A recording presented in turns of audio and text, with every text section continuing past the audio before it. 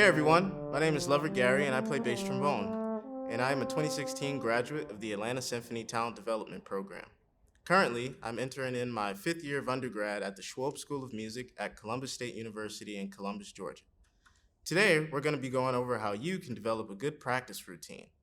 A few important ideas that I like to think about are warm-up and routine, how to plan your practice sessions, how to have a goal during your practice sessions, and then how to apply it to the actual practice session. So firstly, warm up and routine. I like to think of what we do as being very similar to athletes. And so just like a NFL player wouldn't go out and play a game without warming up or, going through some drills before they play a game, I like to think of musicians as the same way. So for me, that looks like some high playing, some loud playing, some soft playing, some articulate playing, some flexibility work, just all the areas of my plan that I want to cover for that day so I can be prepared for whatever comes on my stand. Secondly, I want to go over how you can plan your practice sessions. Some people like to create a plan on a week-to-week basis, and some people create a plan on a day-to-day basis, just based on whatever their workload is. So on a week-to-week basis, some people like to schedule their practice that way because they have a clear idea of everything that they're going to need to do for that week. But those of us who don't, we can have a day-to-day plan and leave room for anything that may come. So for example, if you're a college musician and you wake up and you start with your warm-up and routine, and then you have class, and then you have lunch, and then you have rehearsal obligations for 2 to 3 hours, it may be wise to give yourself a break, because just like athletes, rest is also equally as important as the actual practice itself. Also, this can help prevent overworking yourself. Musicians, we have a lot on our plate, especially those of us in school, and that can lead to burnout or fatigue or playing injuries, and we don't want that. Another thing to think about is having a goal when you're practicing, because I believe that practicing aimlessly is almost like not practicing at all. There are people out there who spend hours and hours in the practice room just kind of going through the motions instead of having shorter, concise practice sessions, but getting more out of it and being more efficient. And through all of this, you want to strive to get the highest product out of yourself always. So when I'm setting up my goals, I like to have 3. 2 short-term goals and 1 long-term goal. My short-term goals are used to get me to my end game or my end goal, and these could change, and they should change based on how you progress. An example of this is if your teacher assigns you an excerpt for the week, your first goal is to just be able to play through it from start to finish.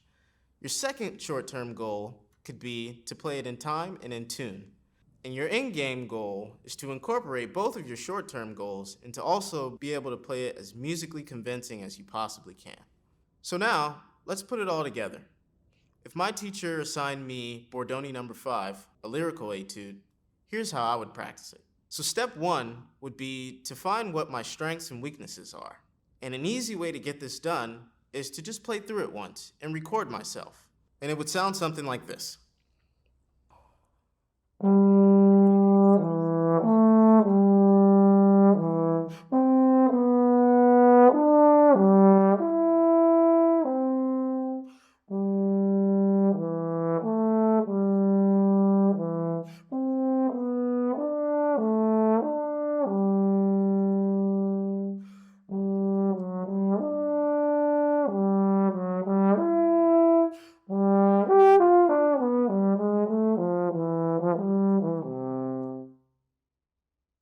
So now that I've played through it, now I can begin to listen back and see what I actually sound like. And from there, I can begin to identify what I'm good at and then what I'm not so good at. But first, let's go back to our first short-term goal.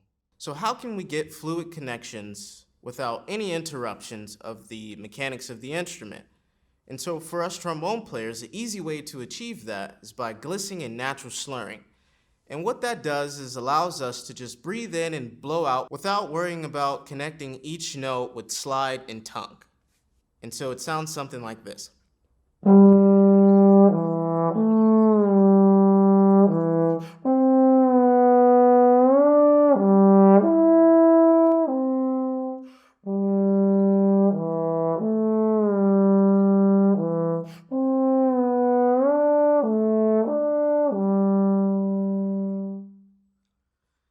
after you've done that for the whole piece and you get a sense of what it feels like when you're just breathing in relaxed and blowing it out relaxed, and you've taken away all the mechanical elements of operating the trombone, then you can begin to focus on something else. How can we make this more musical? A few things that I like to think about are dynamics, vibrato, how we can use tension and release. So if you're evaluating your use of these musical elements on a scale from 1 to 10, 1 being you're not really doing much at all, and 10 being you're really exaggerating this, we want to be going towards a 10 in our practice to show ourselves what it feels like to really overdo it and exaggerate it. So for dynamics, here's what a 1 would sound like, where I'm not doing much at all.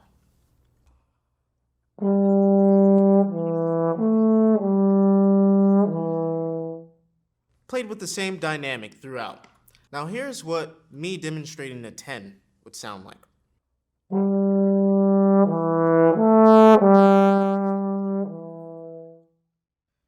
And after you've recorded that and you've listened back, then you can ask yourself, did I really do a 10 or was that more like a 5? And then you can play around with this idea until you really feel like you've gone to a 10.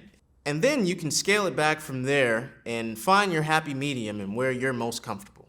Let's try vibrato. Here's an example of me using a vibrato that's closer to the 1.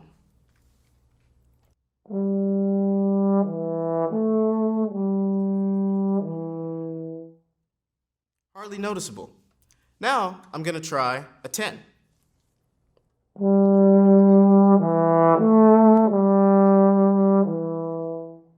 So once you've done that, the process is the same. You record yourself and listen back and try to find your happy medium or where you're most comfortable. So now, let's put both of these ideas together. Here's my version of my happy medium.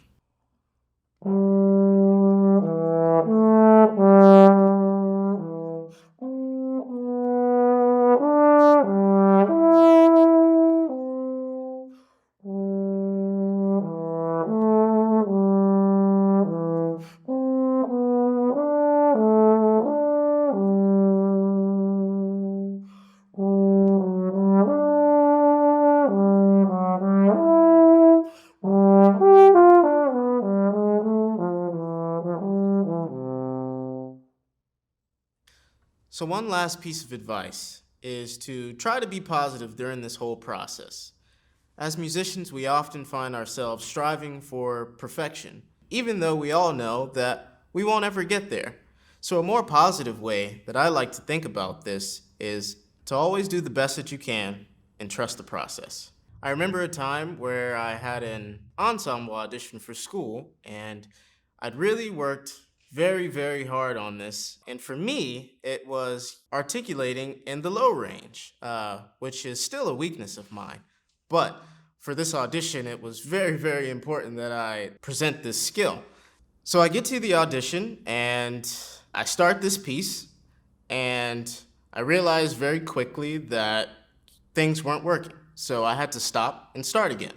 And so I played it again, and it still didn't go the way I'd planned. And the panel asked me to then play it again, a third time, and it still didn't go the way I wanted it to. It was the most embarrassing moment that I've ever had in my playing experience, especially in an audition. So one thing I took away from that audition is that going back to having a goal when you practice and being efficient and not letting a certain skill or a certain fundamental that you may not have got to where you wanted it yet, instead of practicing it in a really frustrated manner, come up with a plan of how you can achieve this and structure it so that you're not just doing the same thing over and over again without any plan. Because if you don't know how you want to get better at something, how can you expect it to get better? So in closing, remember to be patient and trust the process, because it's a marathon, not a sprint. And as I was once told, Rome wasn't built in a day. Thank you guys for watching, and I hope this helps. Happy practicing.